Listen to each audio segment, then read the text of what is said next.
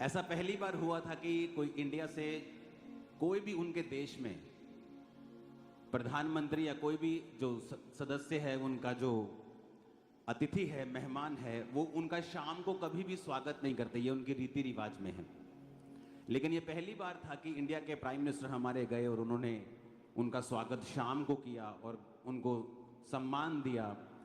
और जब मैं प्राइम मिनिस्टर साहब से मिल रहा था पपुआ न्यू गिनी में, पीएनजी में, और जब मेरी उनके साथ मुलाकात हो रही थी वहां पर, तो उस मुलाकात में मैंने उनसे पूछा, सुनो ध्यान से, अभी कुछ मत करो, सुनो ध्यान से। तो मैंने उनको पूछा, मैंने कहा आपने हमारे देश के प्रधानमंत्री जी का स्वागत किया तो मैं आपका शुक्रगुजार हूं इस चीज के लिए भी। उन्होंने कहा कि बहुत लोगों ने मुझे पूछा कि तुमने पैर हाथ क्यों लगाए। उन्होंने कहा कि मैं एक पवित्र आत्मा से भरा हुआ क्रिश्चियन हूं और मेरे जीसस ने मुझे झुकना सिखाया है। और उन्होंने कहा, तो मैंने भी उनको बताया कि मेरी इस सेवकाई की शुरुआत जब हुई थी तो मेरे घर में आने वाला हर एक क्रिश्चियन पास्टर उसके मैं पैर धोए बिना वापस नहीं भेजता था।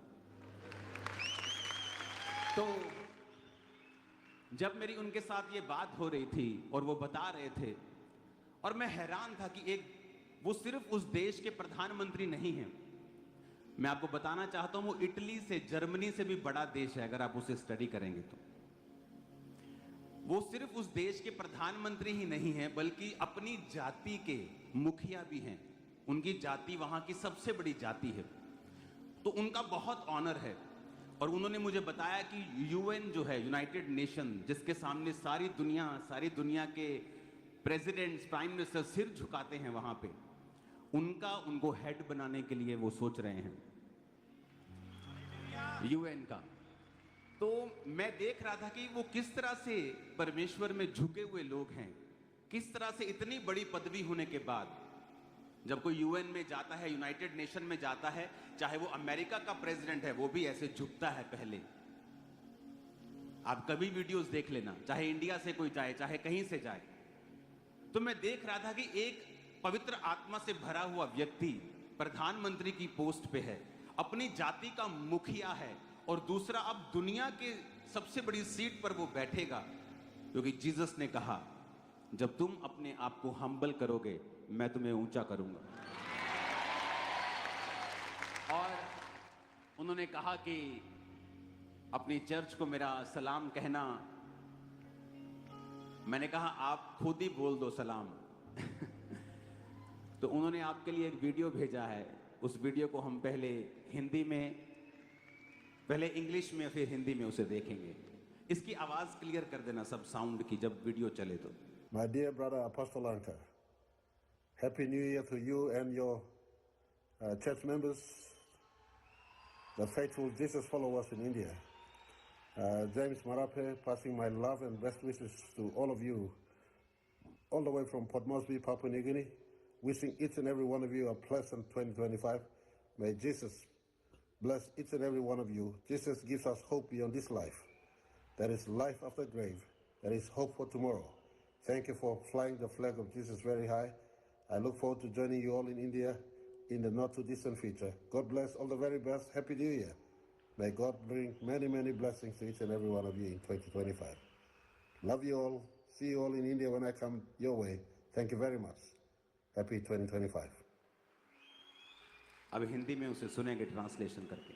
मेरे प्रिय भाई अपोस्टल अंकुर, आपको और आपके सभी चर्च मेंबर्स को जो भारत में प्रभु यीशु मसीह के विश्वास योग्य और अनुयायी हैं, नव वर्ष की शुभकामनाएं। मैं पापुआ न्यू गिनी का प्रधानमंत्री जेम्स मरापे अपनी तरफ से आप सबको प्यार और शुभकामनाएं देता हूं। मैं port Moresby, Papua New Guinea से आप सभी को 2025 की हार्दिक शुभकामनाएं देता हूं। यीशु आप सभी को आशीषित करें। यीशु हमें इस जीवन से परे आशा देते हैं। हमारे लिए मृत्यु के पश्चात भी जीवन है, कल के लिए आशा है। यीशु का झंडा बहुत ऊंचा फहराने के लिए आपका धन्यवाद। मैं निकट भविष्य में भारत में आप सभी से मिलने के लिए उत्सुक हूं। परमेश्वर आप सबको आशीषित करे। नए साल की शुभकामनाएं। परमेश्वर 2025 में आप सबको ढेर सारी खुशियां दे। आप सबको बहुत बहुत प्यार। जब मैं भारत आऊंगा तो आपसे मिलूंगा। 2025 खुशियां भरा हो। ये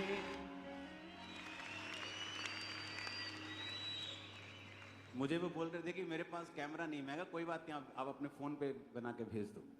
तो कितना हम्बल इंसान है, देखो कि प्रधानमंत्री अपने फोन को ही उठाता है और आपके और जीसस के प्यार के लिए वो आपको संदेश भेजता है। जीसस, इसीलिए पूरी दुनिया में जीसस के नाम की बल्ले बल्ले है। क्यों? क्योंकि जीसस ने प्रेम, नम्रता, बिना डर के बोलना सिखाया है। हालेलुया। तो वो जल्दी इंडिया में आएंगे, क्योंकि प्रधानमंत्री मोदी जी उन्हें बुला रहे हैं। जब वो आएंगे, वो चर्च में आएंगे, सर्विस अटेंड करेंगे। और उन्होंने कहा कि जनवरी में मैं एक और मैसेज चर्च को दूंगा सताव के ऊपर। तो जनवरी में वो प्रीचर भी हैं, वो प्रीच भी करते हैं। तो जनवरी में वो अपना एक मैसेज भेजेंगे सताव के ऊपर, कि किस तरह से सताव के बीच से परमेश्वर अपने लोगों को ऊंचा करता है और आशीषित करता है। बाइबल कहती है, परमेश्वर ने अपने चेलों को कहा था कि भय ना खाना और तेरा मन कच्चा ना हो, क्योंकि मैं तुझे प्रभावशाली बनाऊंगा, मैं तेरे आगे आगे चलूंगा। और वो परमेश्वर जो मूसा के संग था, आज आप प्ले देख रहे थे, मेरी आंखों से आंसू आ रहे थे प्ले देखकर।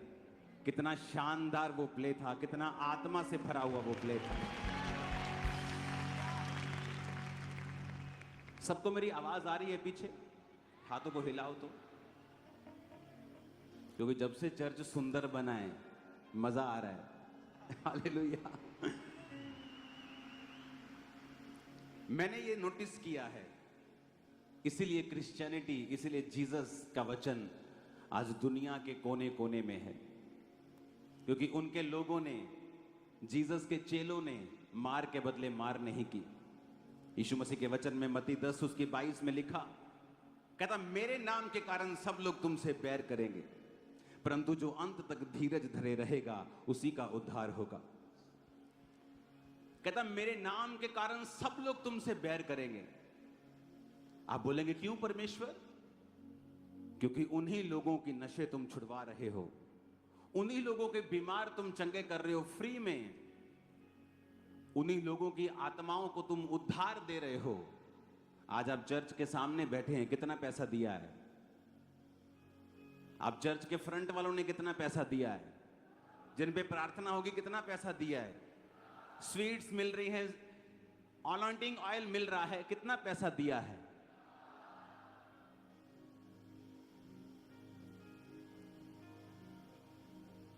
इसलिए जीसस और उसका वचन इतना पावरफुल है कि आज आधी दुनिया यीशु मसीह को मानती है। एक आदमी इतना हम्बल है कि एक देश का और अब दुनिया का वो प्रतिनिधित्व करेगा, लेकिन फिर भी क्योंकि यीशु के वचन से वो बंधा हुआ है, और ये सिखाता है हमें परमेश्वर का वचन। आज कोई भी मुंह उठाता है और जीसस के पूरे स्ट्रक्चर के ऊपर सवाल खड़े कर देता है, पूरी बाइबल पे सवाल खड़े कर देता है। ये बहन भाई गलत हैं, लेकिन अगर ये धर्म होता तो लड़ाइयां की जाती। लेकिन जीसस ने कहा तुम प्रेम करो, सिर्फ अपने साथियों से ही नहीं, अपने धर्म वालों से ही नहीं, बल्कि दूसरों से भी जो तुमको बुरा कहते हैं। इसीलिए क्रिश्चियनिटी अलग है और सबसे ऊपर है, टॉप पे।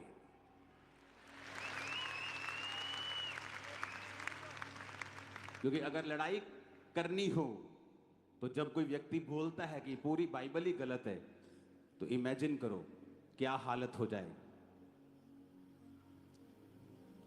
हालेलुया। लेकिन जीसस ने क्या कहा? यदि तुम प्रेम करोगे तो मेरे चेले ठहरोगे। क्रिश्चियन लोगों को मैं देखता हूं, जब आपके बयानों को कोई उल्टा अर्थ तोड़ मरोड़ के पेश करता है,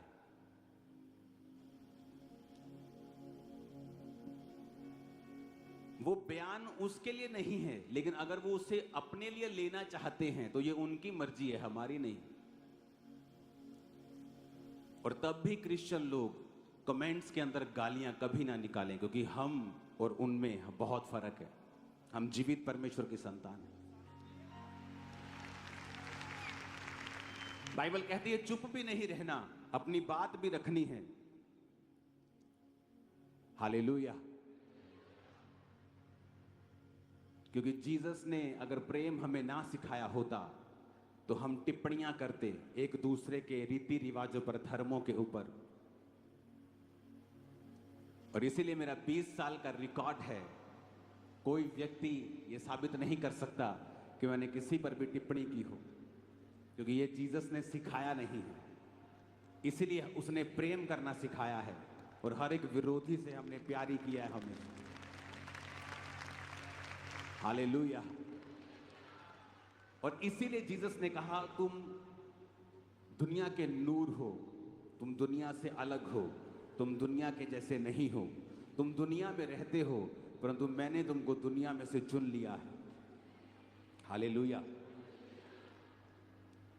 मेरा यह विश्वास है 2025 में आपकी बीमारियां रूपी शर्मिंदगियां वो खत्म है यीशु के नाम। बीमारी और गरीबी रूपी श्राप खत्म है यीशु मसीह के सामर्थ्य नाम। हालेलुया। आप विक्ट्री में चलेंगे। आज परमेश्वर, मैं जब आ रहा था तो मुझे सोने चांदी का शौक नहीं, लेकिन परमेश्वर ने कहा रिंग डाल के जाना है आज। मैंने कहा क्यों परमेश्वर? परमेश्वर ने कहा इसलिए कि यह निशानी है कि तुम राज्य करोगे, राज्य। और बहुतों को लगता है क्योंकि जब आपको तोड़ मरोड़ के पेश करना हो तो इसको आप तोड़ के भी पेश कर सकते हैं। देखो जी साढ़े ते राज करना चाहते। जीसस ने कहा मेरा राज यहाँ का नहीं है मेरा राज वहाँ का है। हालेलुया। अरे मेरा राज यहाँ का बना के तुम मुझे छोटा कर रहे हो।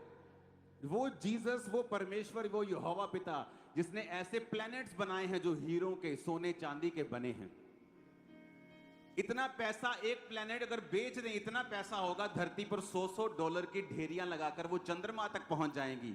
इतना पैसा उस एक प्लैनेट से बिकेगा। और ऐसे खरबों खरबों खरबों प्लैनेट्स हैं जो परमेश्वर ने बनाए हैं। तो तुम परमेश्वर को छोटा करना चाहते हो कि मेरा राज यहाँ का है, उसका राज यहाँ का नहीं है। जब मैं आपको कह रहा हूं आप राज्य करेंगे, तो मेरा यह मतलब है आप शैतान के राज के ऊपर राज्य करेंगे, बीमारियों के ऊपर राज्य करेंगे, गरीबी के ऊपर राज्य करेंगे।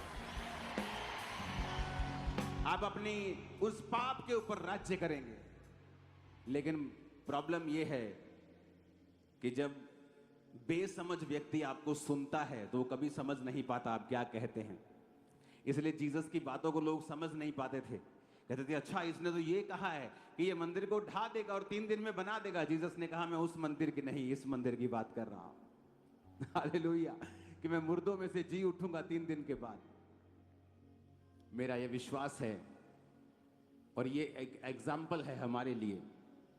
अगर हम प्यार करेंगे और परमेश्वर के आत्मा में और पवित्रताई में आगे बढ़ेंगे, वो आपको इतना ऊंचा करेगा, और वो इतना ऊंचा करेगा जहां से आपको अगर देखना ही पड़ जाएगा तो गर्दनों में बल पड़ जाएंगे, आप इतना ऊंचा हो। Hallelujah, hallelujah. आज से कुछ साल पहले जब पंजाब में बहुत विरोध चल रहा था, इतना विरोध चल रहा था कि कहने की बात नहीं, और हम अन्य जाति लोगों का इलाज करवा रहे थे हॉस्पिटल्स में।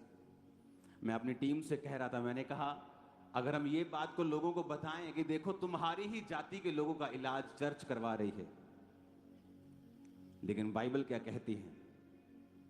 प्रेम सब अपराधों को ढांप देता है। इसीलिए चर्च ऊंची हुई है, क्रिश्चियनिटी बड़ी है, क्योंकि ये धर्म नहीं, ये एक बेदारी है, ये परमेश्वर का काम है।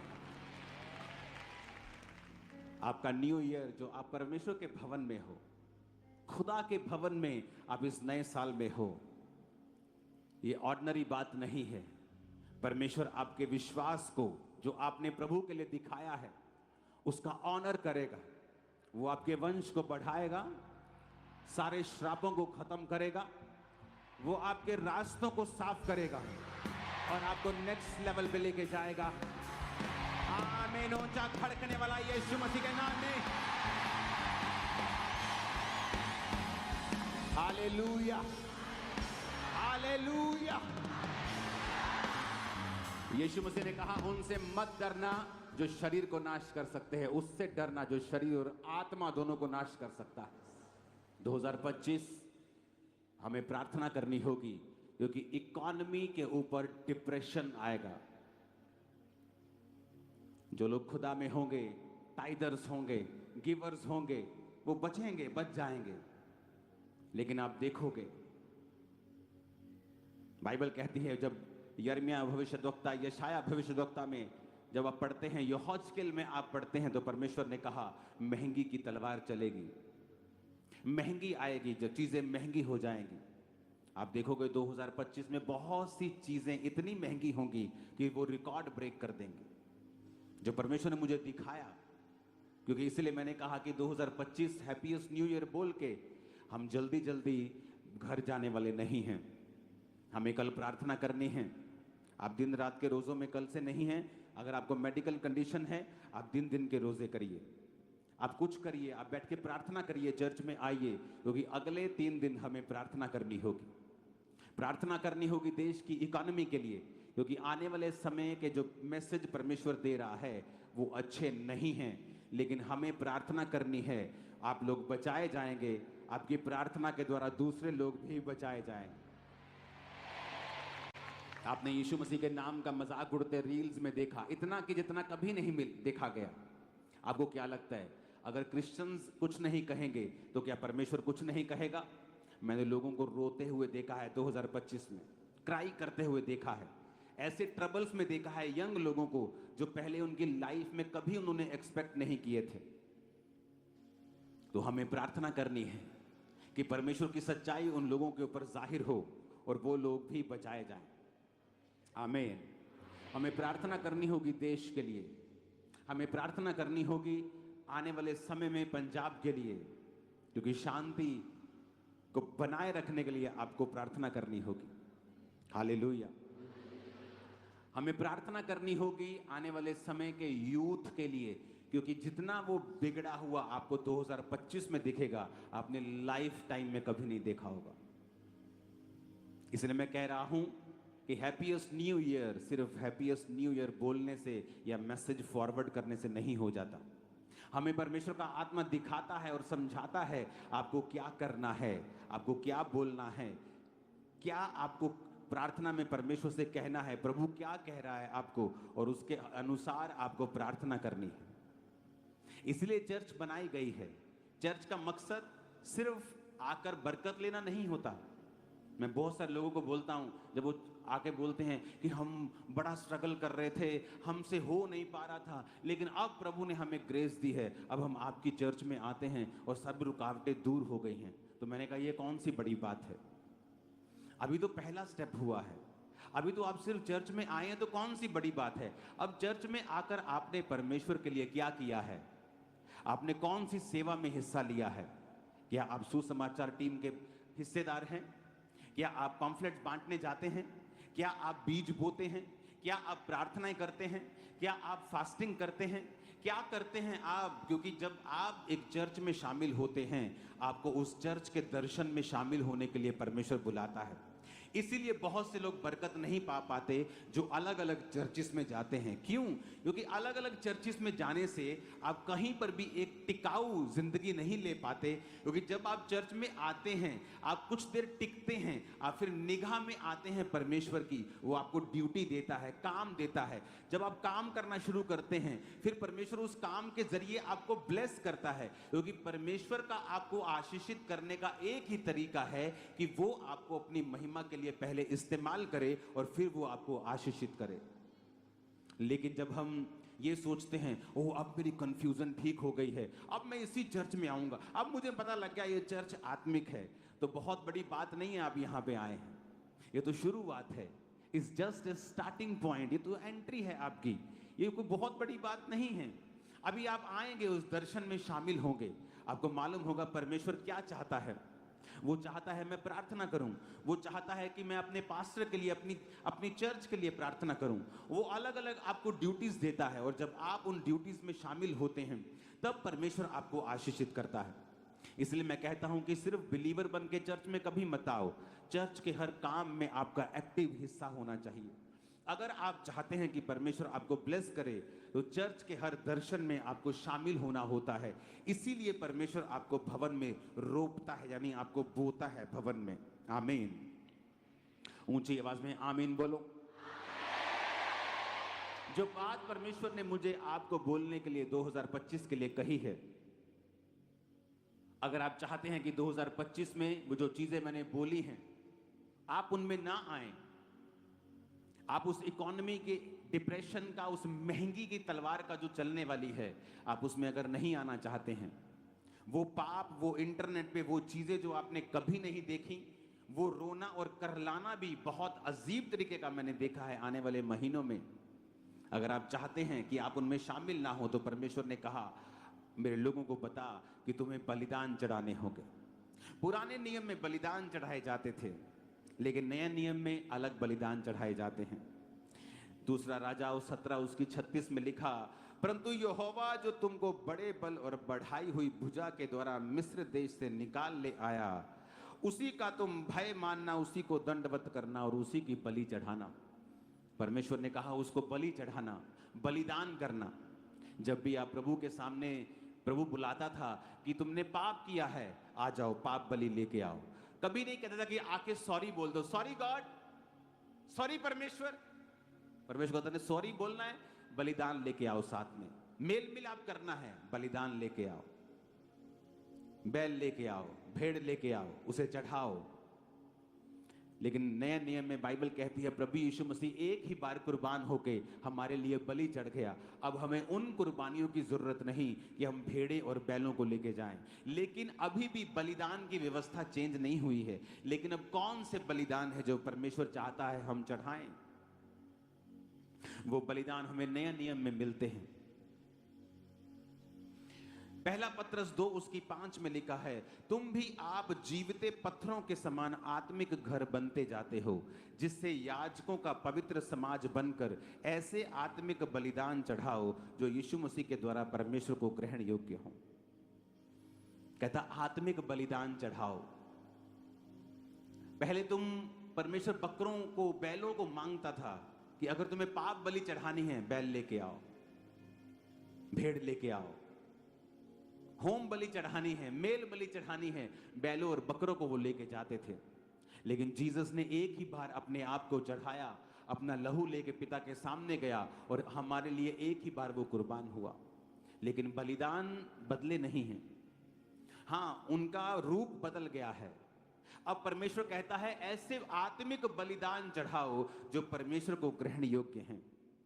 रोमियो 12 उसकी 1 आयत में लिखा है, इसलिए हे भाइयों मैं तुमसे परमेश्वर की दया स्मरण दिलाकर विनती करता हूं कि अपने शरीरों को जीवित, पवित्र और परमेश्वर को भावता हुआ बलिदान करके चढ़ाओ, यही तुम्हारी आत्मिक सेवा है। वो कहता है अपने शरीरों को जीवित चढ़ाओ परमेश्वर के सामने। इन्हें अपवित्र मत करो, इन्हें व्यभिचार में मत लगाओ, इन्हें ब्लू फिल्में देखने में मत लगाओ, इन्हें नशे करने में मत लगाओ। अपने शरीर को जीवित रखो परमेश्वर के लिए और पवित्र करके परमेश्वर को भावता हुआ बलिदान करके कहता उसे परमेश्वर को चढ़ाओ, यही तुम्हारी आत्मिक सेवा है। परमेश्वर ने मुझसे डायरेक्ट कहा है, अगर आप सिंपल बिलीवर हैं, just you are a believer, कोई खास आपकी प्रार्थना नहीं है, just you are a believer, आप जीसस में बिलीव करते हैं, मैं आपको बता रहा हूं, शैतान जो सोच के बैठा है 2025 में, जिस तरह से इंटरनेट के ऊपर महंगी के द्वारा, महंगाई के चीजों के द्वारा, इकोनॉमिक डिप्रेशन के द्वारा वो जिस तरह से सोच के बैठा है, मैं आपको बता रहा हूं, आपको परमेश्वर की जरूरत हर साल बढ़ती जाएगी। यीशु मसीह ने कहा कि अपने शरीर को भावता हुआ बलिदान करके चढ़ाओ। भजन संहिता 4 उसकी 5 में लिखा है, धर्म के बलिदान चढ़ाओ और यहोवा के ऊपर भरोसा रखो। आत्मिक बलिदान चढ़ाओ और यीशु मसीह के द्वारा जो परमेश्वर को ग्रहण योग्य हो। अगर आप सिंपल विश्वासी हैं, और तो मैं आपको एक सलाह देना चाहता हूं, आपका भाई होने के नाते, आपका आत्मिक अगुआ, आपका स्पिरिचुअल फादर होने के नाते मैं आपको एक सलाह देना चाहता हूं कि 2025 को अगर हैप्पीएस्ट करना है तो आप बलिदानों को चढ़ाना शुरू कर दें। वो बलिदान मेरे शरीर का है। एक नशा करने वाला व्यक्ति नहीं कह सकता कि मेरा शरीर को मैं मन भावता हुआ बलिदान करके यहोवा को चढ़ा रहा हूं। एक व्यभिचारी व्यक्ति नहीं कह सकता कि मैं अपने शरीर को बलिदान करके परमेश्वर को चढ़ा रहा हूं। परमेश्वर ने कहा तुम्हें आत्मिक बलिदान और धर्म के बलिदान चढ़ाने होंगे। वो बैल और बकरों की बलियां नहीं होंगी, परंतु वो तुम्हारी जिंदगी होगी, तुम्हारे समय का बलिदान होगा, तुम्हारी इच्छाओं का बलिदान होगा। कि अगर परमेश्वर ने कहा है मुझे पवित्रताई में रहना है, मसीह में आने से पहले, बहुत पहले, मैं एक लड़की को पसंद करता था। अपने स्कूल टाइम में, और मैं हमेशा परमेश्वर को बोलता था कि परमेश्वर मेरी उसके साथ मैरिज क्यों नहीं करवाता तू। और कोई प्रॉब्लम नहीं थी, सब कुछ सही था। लेकिन जब मैं मसीह में आया, मुझे मालूम हुआ कि मेरी लाइफ में परमेश्वर नहीं चाहता था कि मैं संसारिक लव में पढ़ूं। अगर मैं वो पढ़ता, मुझे इतनी अच्छी वाइफ कभी नहीं मिलती। कई बार आप कंप्लेंट करते हैं कि परमेश्वर जिसे मैं पसंद करता हूं वो क्यों मेरी जिंदगी में नहीं है। जबकि वो आपकी जिंदगी में अगर आ जाए, मैं आपको बता दूंगा, आपकी जिंदगी नरक हो जाएगी, क्योंकि आप नहीं जानते फ्यूचर में क्या रखा है। आज मैं 2 दिन से परमेश्वर की प्रेजेंस में हूं, तो भी आपने चर्च की व्यवस्थाएं देखी। कौन संभाल रहा है? मेरी वाइफ संभाल रही, मेरी टीम संभाल रही है। आपने प्ले देखा, उसका डायरेक्टर मेरी वाइफ है।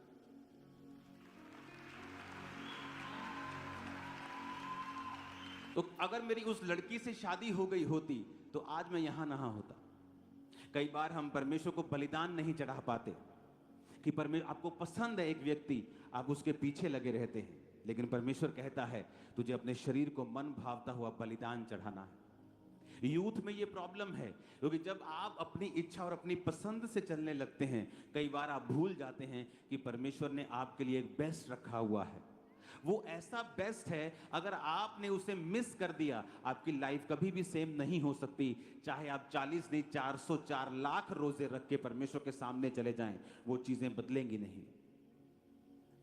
इमोशनली कई बार आपको डिस्टर्बेंस फील होती है कि क्यों मेरे साथ ही, क्यों मेरा सब कुछ परफेक्ट है, मैं एवरीथिंग मेरी लाइफ में बेस्ट है, लेकिन परमेश्वर चाहता नहीं। कई बार आपके परिवार से आपको प्यार नहीं मिलता, आपके दोस्तों से आपको प्यार नहीं मिलता, क्योंकि परमेश्वर की उसमें इच्छा होती है।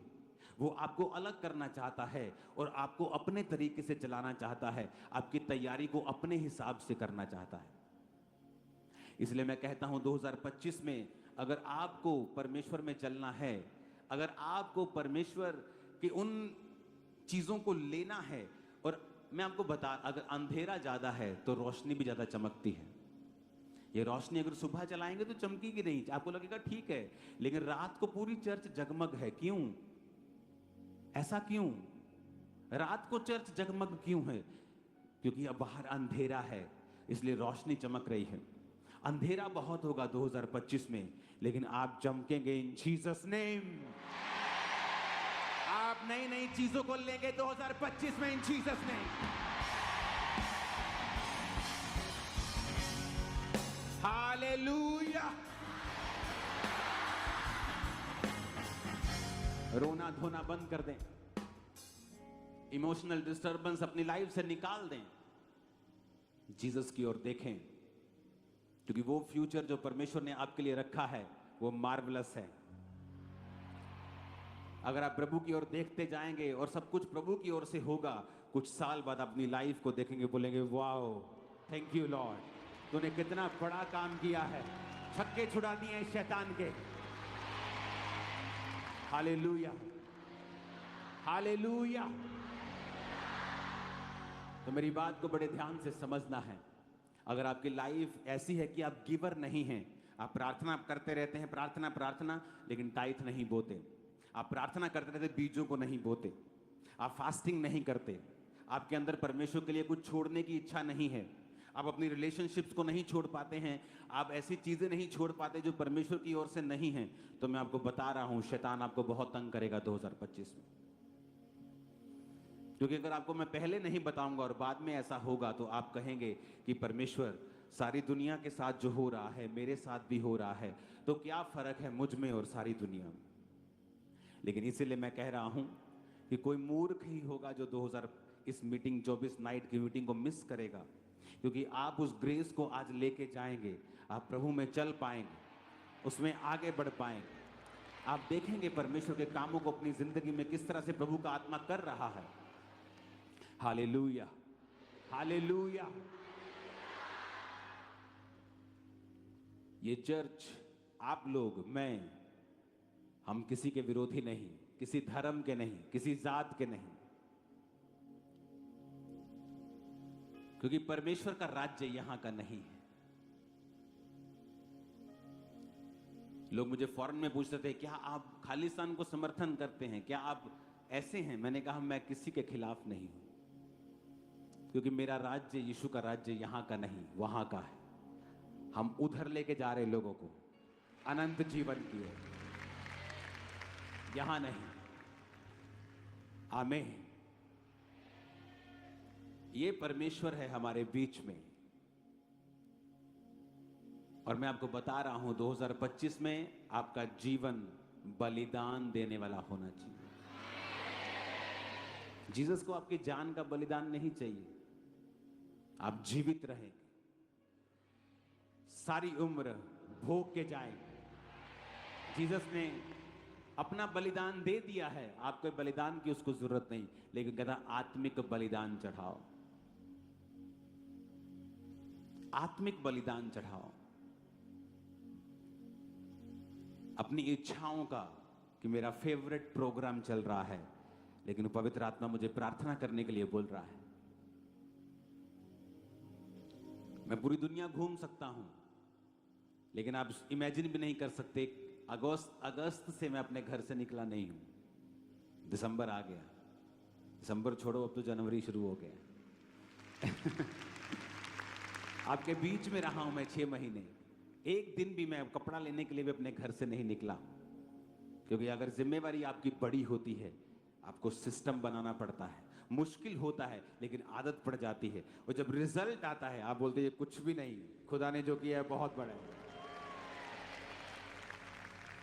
It's nothing. लोग सारी उम्र मेहनत करते हैं, उनको कुछ नहीं मिलता, लेकिन खुदा में की गई मेहनत कभी व्यर्थ नहीं जाती। हालेलुया। आपको 2025 में अगर खुश रहना है, तो आपकी लाइफ बलिदानों वाली होनी चाहिए। क्यों यहूदी बच्चे पूरी दुनिया के बिजनेसमैन बन जाते हैं, पूरी दुनिया के बड़े बड़े बिजनेस के मालिक हैं। छोटे होते जब सिखाया जाता है, बेटा चर्च जा रहे हो, टेक 1 शकेल, ले बेटा 1 रुपया, 10 रुपए। प्रभु के घर में खाली हाथ नहीं, छोटे बच्चे को सिखाते हैं। ओ यू गॉट 10 रुपी, 10 शकेल, ओके, गिव 1 शकेल टू गॉड, गिव टाइट्स। बचपन से सिखाया जाता है। जब वो बच्चे होते हैं, उनको मांगना आता ही नहीं, क्योंकि बचपन से वो दे रहे होते हैं। जब वो दे रहे होते हैं, खुदा सप्लाई कर रहा होता है पीछे से।